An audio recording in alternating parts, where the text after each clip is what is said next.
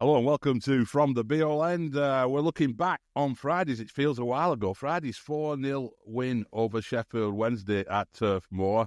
I'm Simon Evans, with me Justin Connolly, Paul Woodhouse and Chris Bowden. Feels a bit of a retro episode of the podcast. This, no special guests and and goals to talk about. We haven't been able to do that very often, certainly not for Burnley home games. At last the home fans at Turf Moor had some entertainment. Justin, that was much more like it, wasn't it? Yeah, I think so. I mean, you can't really complain about a 4-0 victory, can you? Although I'm sure we'll try and find something to be annoyed about. I mean, I was, as I was saying on our WhatsApp group, I was really annoyed by the commentary on Sky. I don't know, is it just me, or do they always seem to really hate Burnley and really want the opposition to score? And I mean, the first, I couldn't even name who they were. But the first thing the co-commentator said when the game finished was, well, that's a scoreline that doesn't really reflect the game. And I was thinking, I mean, I hate stuff like that because it's just nonsense, isn't it? The scoreline always reflects what happens in the game because it's about scoring or not scoring, isn't it? We put 4 away, they didn't score any. So that's the perfect reflection of what happened in the game.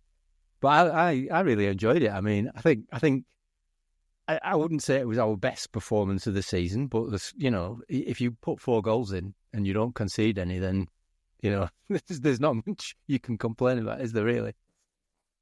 No, I was at a game last night. Javier Mascherano, the new coach of Inter Miami, said, "Football is about reality, and the reality is the scoreline." So there you go. Yeah. Exactly my point. Yeah. Woody, it was a lot more entertaining, wasn't it? Certainly after half time. Yes, it was definitely a game of 2 hours, wasn't it? It took us quite a while to work out what we were doing first half. And I think you got to give Sheffield Wednesday a little bit more than just a bit of credit, and you can see why they have one of the best away records in the Championship. You can see how they win quite a few games away from home because they came at us and we were a little bit at 6s and 7s for us anyway, especially during that first half. And it took us a long time to work out what it is that we were supposed to be doing. But as soon as we found Edwards and he dropped a shoulder or two and flicked a ball over his head, they suddenly started to back off him a little bit.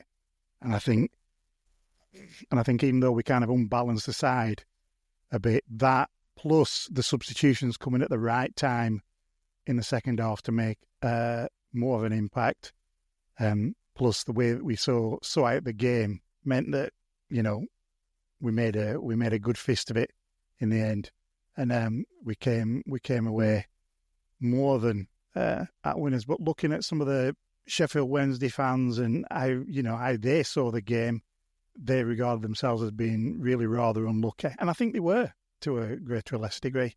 But, don't try and score past us, do you?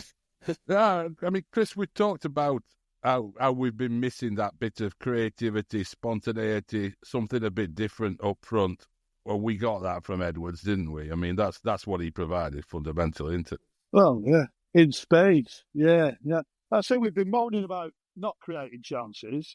We've been moaning about, creating chances, and there's even some people said, like I say, just in people moaning that we've took the 4 opportunities we created, so we've been clinical, So, but it seems to be a moan about Burnley whichever way up. But Edwards, you could just see. I thought first that any time the ball came into his feet, which wasn't that often in the first period, Sheffield Wednesday's only answer was to clatter him from behind. And there was a couple of referee got that spot on. A couple of bookings just sort of made them step off him a little and just gave him that little bit of space. And you can just tell he's got that low centre of gravity, that great balance. The ball's tied to his foot, and I think you were saying that Pochettino said he almost reminded him like Messi. He's obviously not nowhere near the same league, but he's got those similar attributes. And once he gets in the area, they can't touch him. And I think if they wanted to foul him, they couldn't have fouled him anyway because his footwork was that good. But his impudence, he's the sort of player that gets fans off the seat everyone around me is just like jaws on the floor at times with some of the things he tried. He's why we go and watch games of football, to see people like that, ability in bucket loads. I thought he's a magician, it's pure and simple, and we've just seen a smattering so far of what he can offer, and hopefully can deliver that in the remainder of the season and maybe beyond. But my word, what a joy to watch. Is he the missing link though, Justin? I mean, I was moaning on in the last podcast about us not signing a striker in the January window and how that might cost us. But if Edwards can do what he did against Wednesday on a regular basis, that he could be the man who pushes us over the top, actually, couldn't he? Yeah, I mean, we do need... What we've lacked is somebody to do something that little bit different, one of those game changers, somebody who can do something that creates an opportunity, and he made that opportunity for himself, more or less. I'm going to whinge about the Sky commentators again because they reckoned he was they reckoned he was lucky. Oh yeah, because it bounced back off his chest, didn't it, and fell into his path. But I mean, what a finish! I mean, the footwork before that and the finish, outstanding. Obviously, still very early days. That's his first start, isn't it? So it's quite difficult to judge whether he's going to make that impact in every game. But what that game needed, what the Wednesday game needed, was somebody to do something to, make that breakthrough for us and change the tide. Because that first half, we were under the cosh a little bit. They had lots of opportunities to get shots off, even though not many of them were on target, and they didn't really work the keeper that, often. Yeah, I mean, he looks like one of those players who can just do something that just changes the momentum of a game, and that's, I think, what we've been lacking a little bit.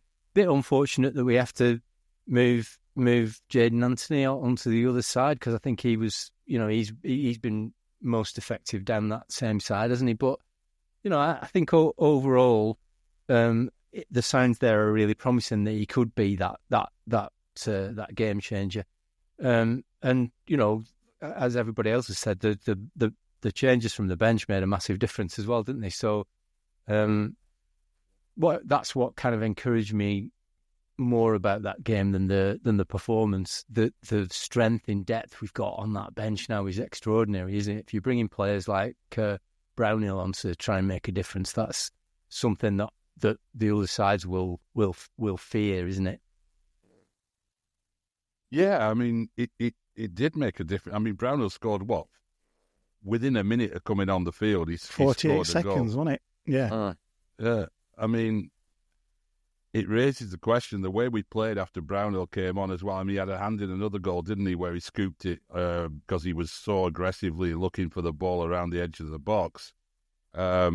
We've had a fair bit of place for Hannibal playing in that position, but the impact Brownhill made, I personally would be tempted to start with Brownhill over Hannibal. But I don't know what other people think about that.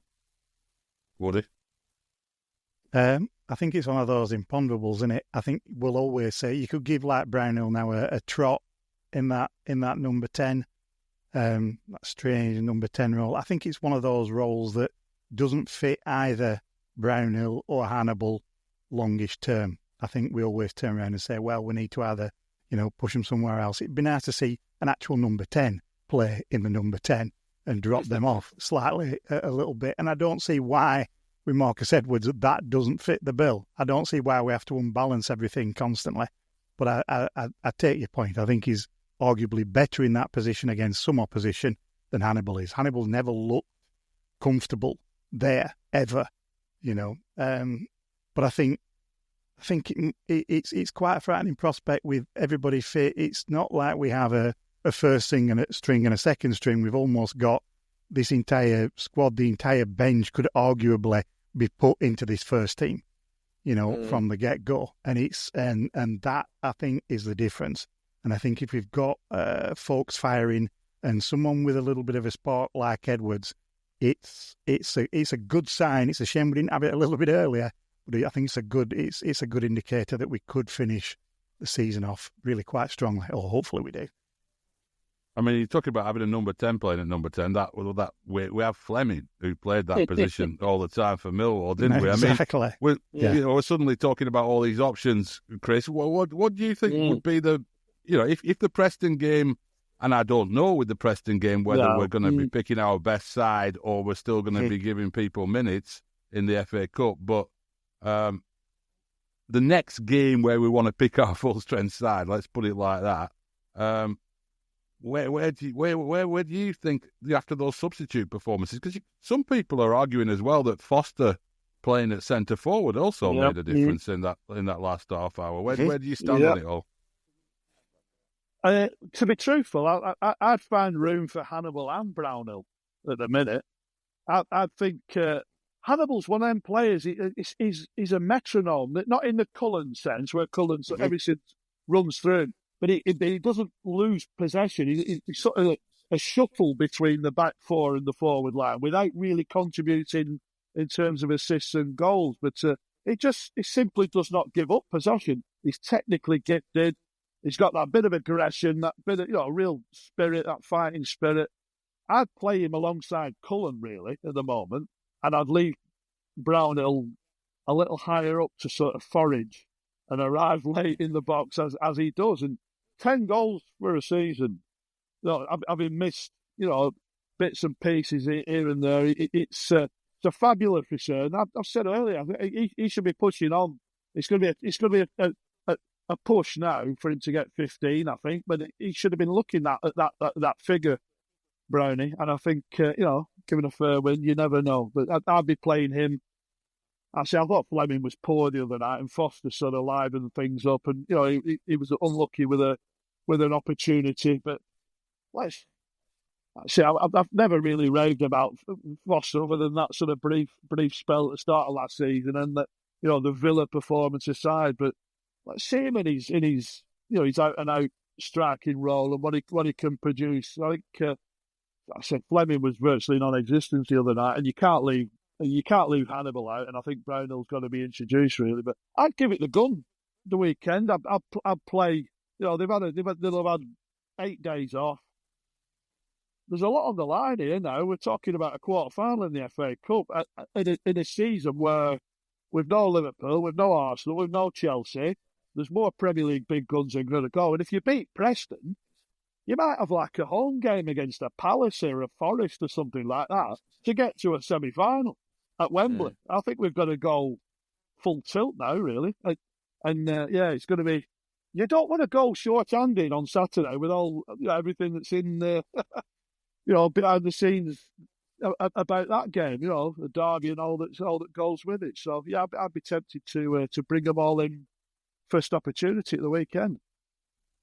But that lineup that you're talking about, then, so playing Hannibal alongside Josh Cullen, you're leaving out Josh Laurent there, yeah? Yeah, absolutely. Yeah, I see him, and he's done well for me, Laurent. But I just think Hannibal's tidier in possession. It gives you that bite as well. And I just, I quite like the mix in there with those three. Like, sort of Brownhill for me doesn't work alongside Cullen. You've got to get him further up the park. Yeah, Justin's moaning about Sky commentators. The guy on the world feed said they're bringing on a striker now. Josh Brownhill, the top scorer, the striker, like taking off a midfielder. This is a real policy. But Justin, where do you stand on those sort of little permutations that we've got? Well, it's interesting, isn't it? I think it's one of them rock and hard place questions, that, because I've been of the view that Hannibal's made a massive difference since he came into the side. Brownhill was playing in that role during that period where we just didn't produce anything, just aimless football. And I think the tempo of the side has changed dramatically with Hannibal sitting in that little role, just moving the ball around quickly and moving himself around quickly and making space for others. I know he doesn't really create that much, but I think that's been the biggest factor in our upturn over the last month or so since he came back from that suspension. But by the same token, obviously Brownhill's scored goals, so it does make sense to try and find a spot for both of them. But despite the fact that the substitutes made a massive difference, I'd be reluctant to change the starting lineup of a side that won 4-0. You know, I think keep that powder dry on the bench until we need it. But I'm with Chris, definitely. I've said this before. I hate playing a second string side in the FA Cup. I don't, you know, that's giving players experience is what like the development squad's for, isn't it?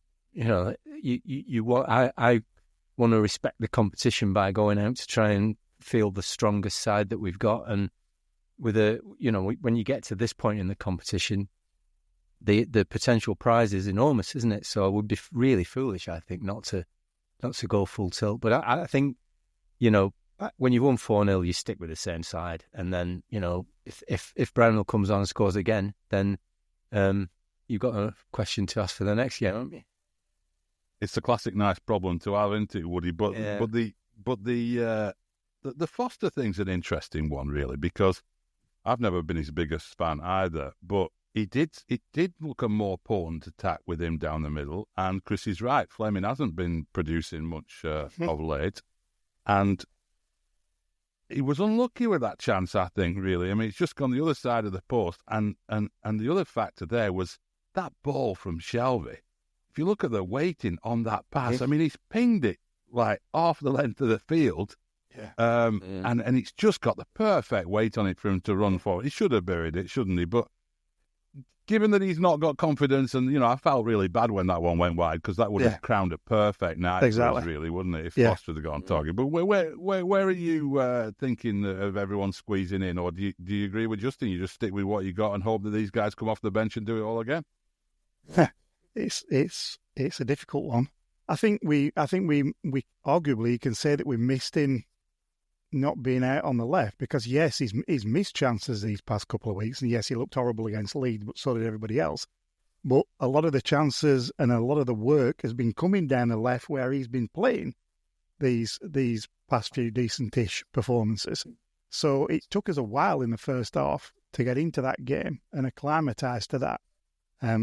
But it would have been, I must admit, I'm the same as you. I felt fairly bad for him when he missed that chance, because at the end of the day, you want everybody firing, don't you? You want everybody, irrespective of whether they're coming off the bench or whether they're starting.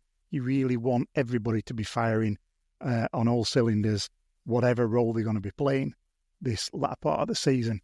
And I still think he's got plenty to offer, whether it's up front, out left, or whatever. He's just not scoring. Not that his record necessarily says he should be, but he does get into positions. And he worked his socks off.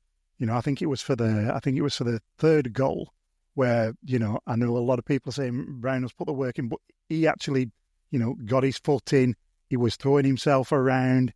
He was getting in there first, and he does a lot more than just trying to, you know, run on to stuff. He does work extremely hard when he has to, but it's a great option to have off the bench. But I think there is a case to say, well, try him in his actual position.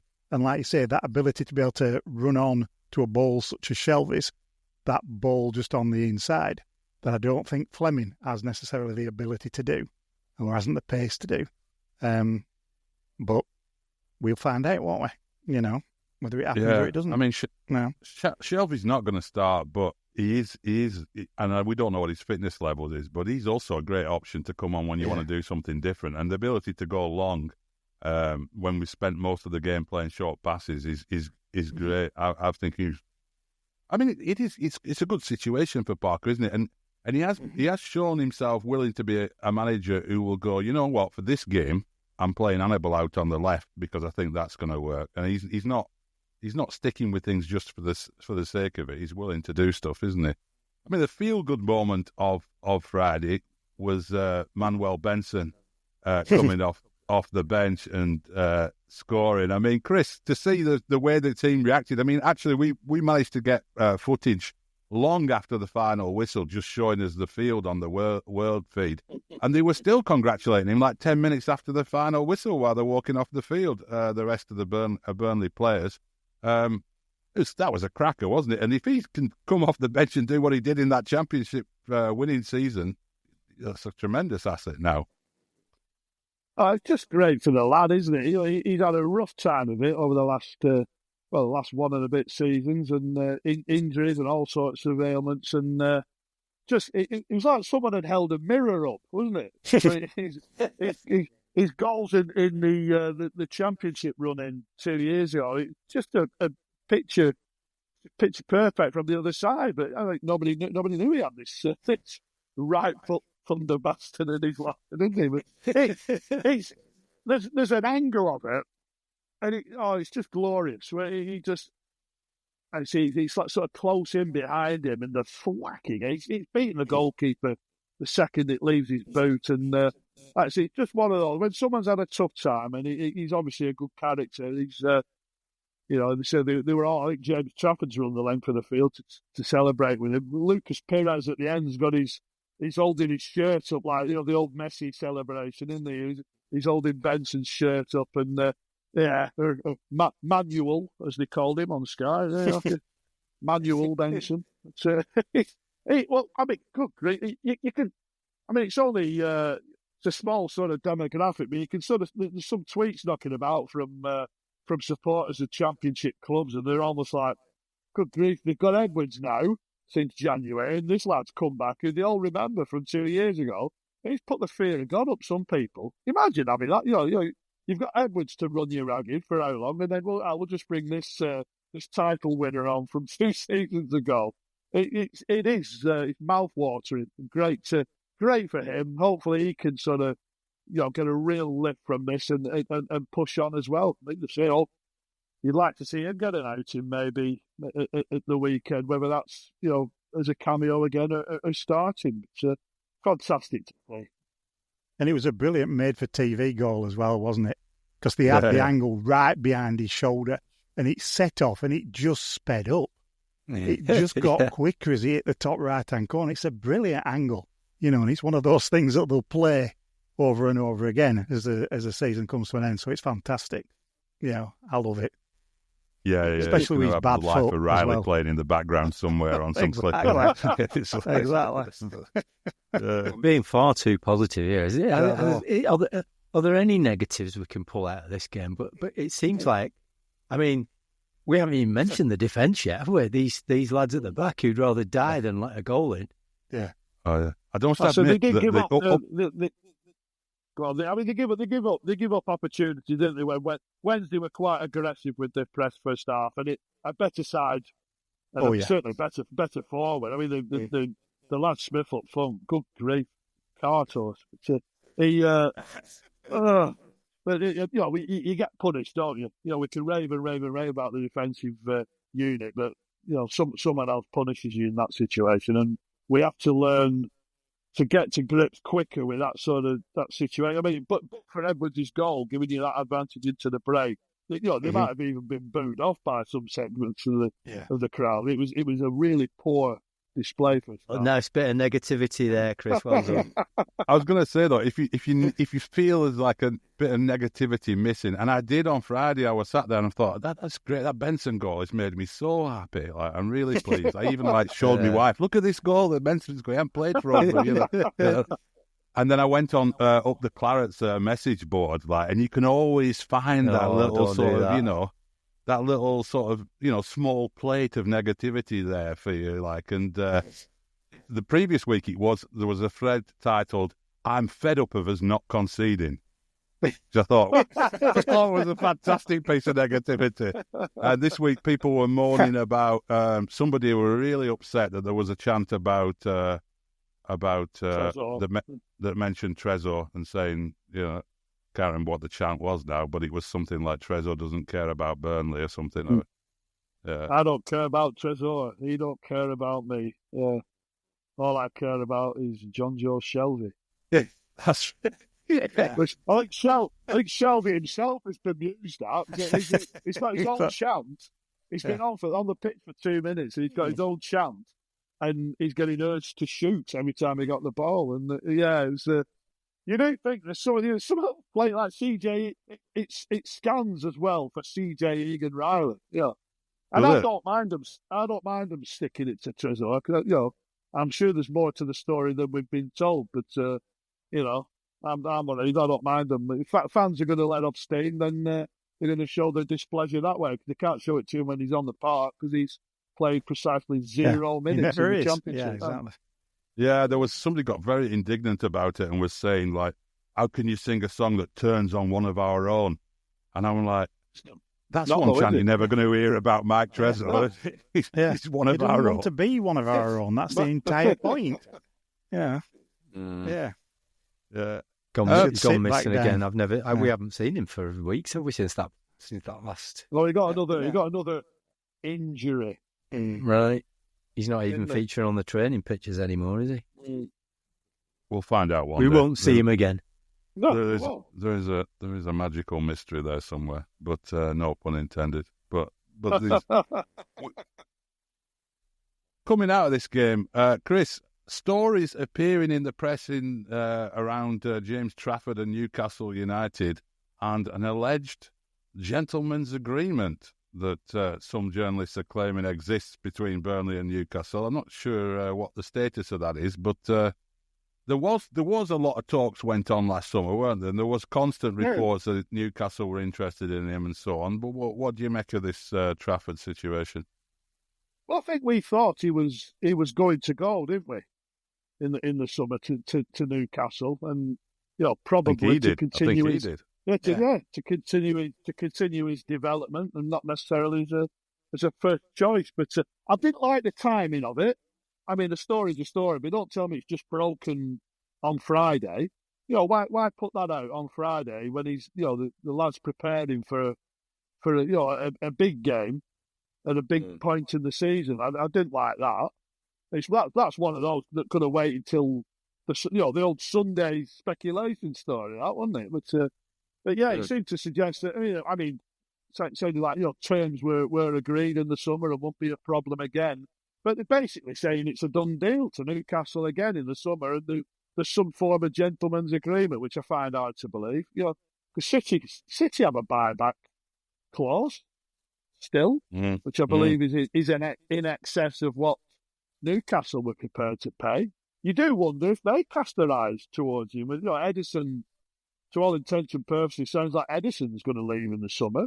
Are they going to return for City? They thought so highly about him. So I don't know if his future's as cut and dried as it is believed to be the case. But you do wonder. I believe Newcastle have 6 senior goalkeepers as well. And there was that quite ludicrous deal that they agreed with Forest for the goalkeeper that sort of quite conveniently helped everyone out with the PSR, didn't it, and what have you. But you wonder. I don't know whether Scott Parker would think Nick Pope, with his ability with the ball, would he be part of Scott Parker's thinking? But you don't turn your nose up if there were the opportunity to bring Pope home.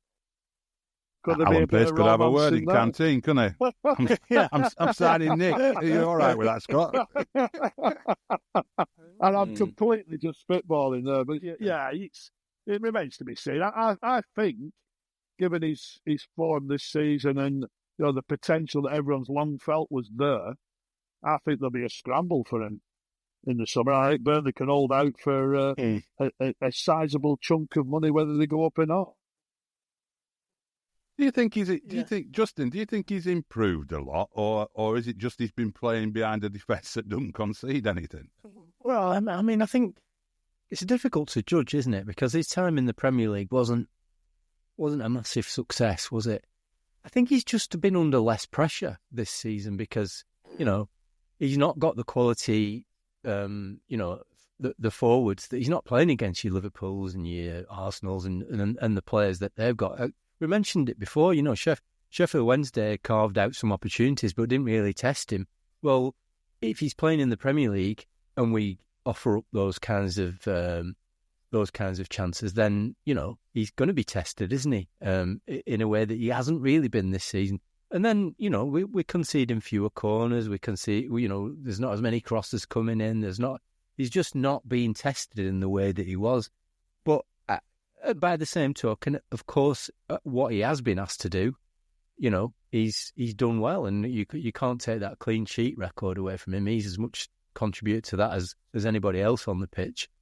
But I don't know. I mean, the the potential is there, isn't it? But I don't know whether there are signs this season that he's beginning to realise that, or whether it's just that that pressure that you're under as a goalkeeper for a side like Burnley in the Premier League is just not there in the Championship, and it's an opportunity for him to sort of develop quietly a bit out of the spotlight, So I don't know. It's difficult.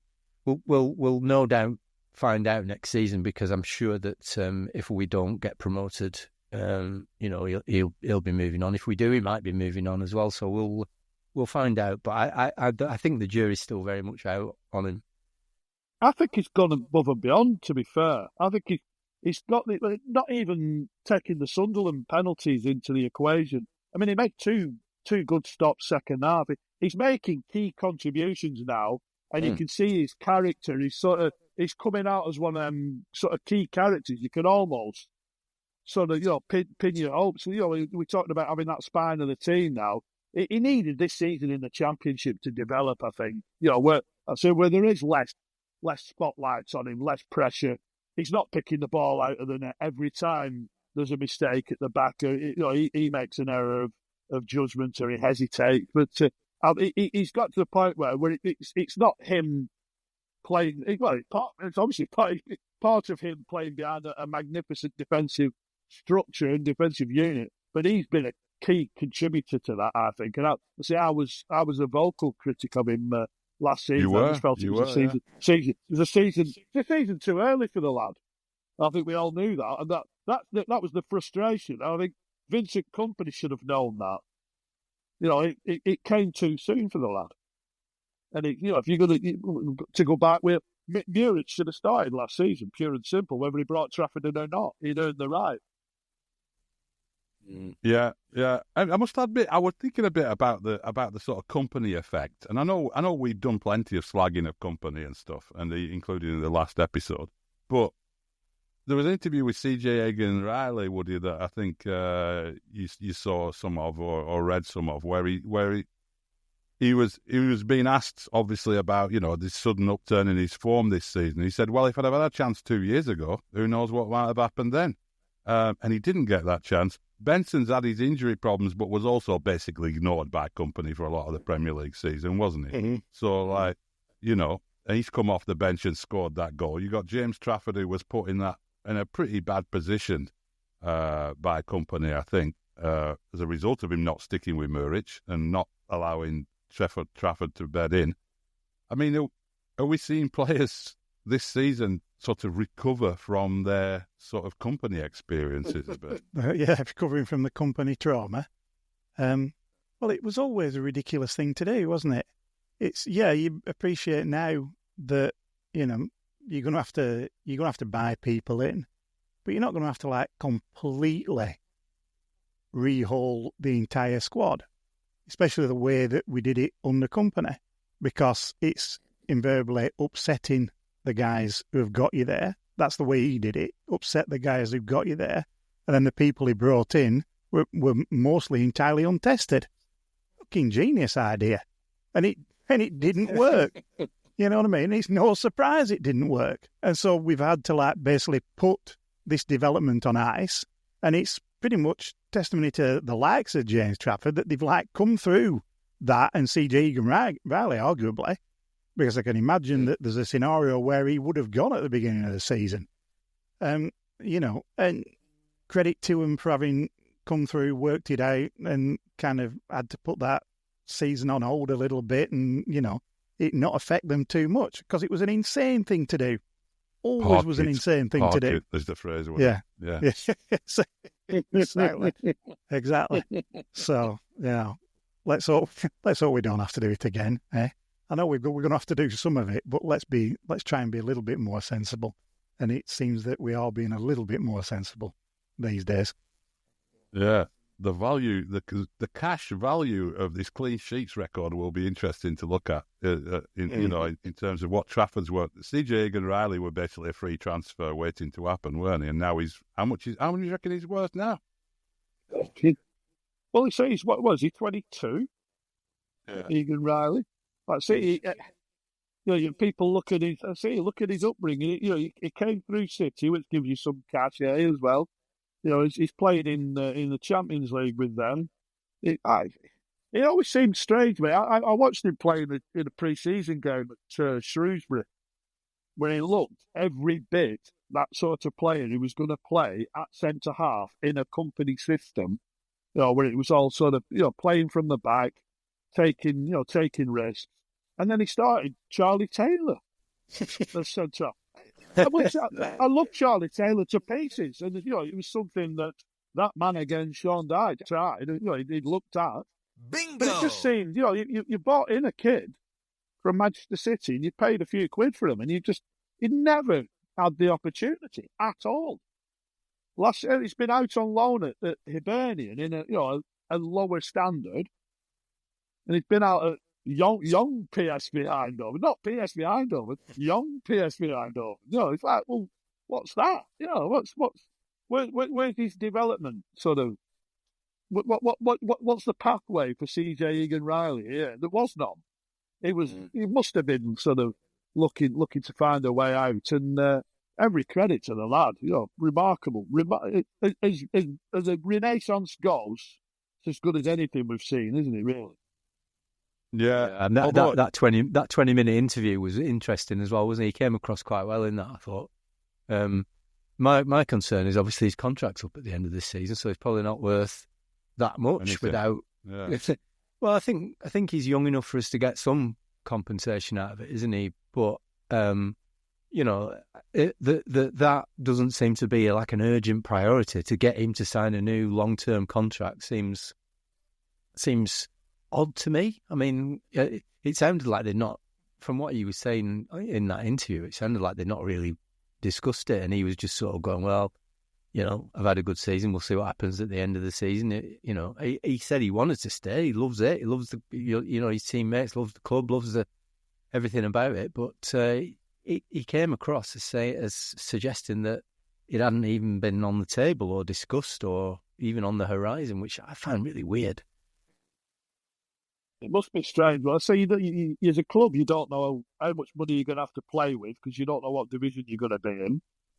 As a squad, you're thinking, I mean, the lad, if we are promoted, the lad deserves his opportunity at the top level. But it's again, are you thinking we're going to bring a centre half in? We're going to try someone else? Are you going to stick with him?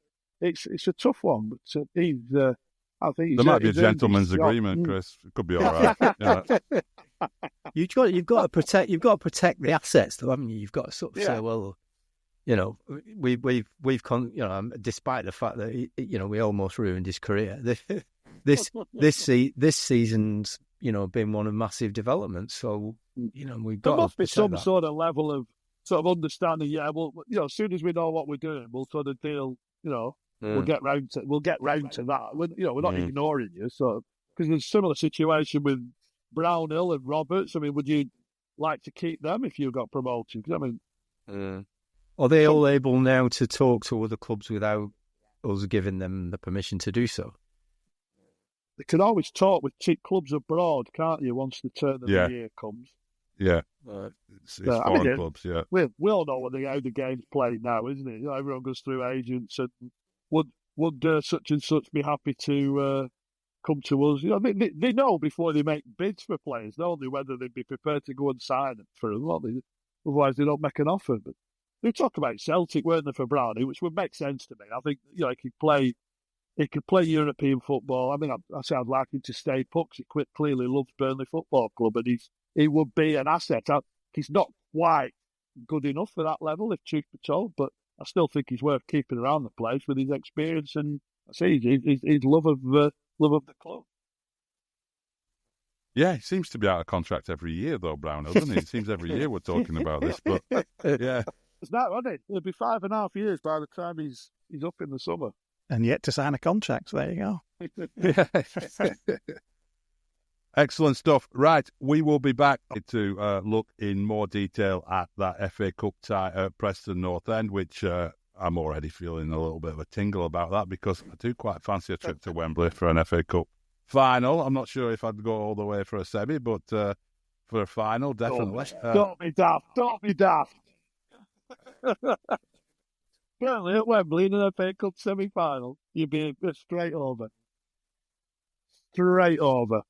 We're getting all giddy now, aren't we? But anyway, thanks very much for listening to us. Don't forget to follow us on social media at BO Podcast and leave us a rating and a review where you listen to our podcast. That really does help us. And until Friday, up the Claret. How many times do I have to tell you? Stop moaning!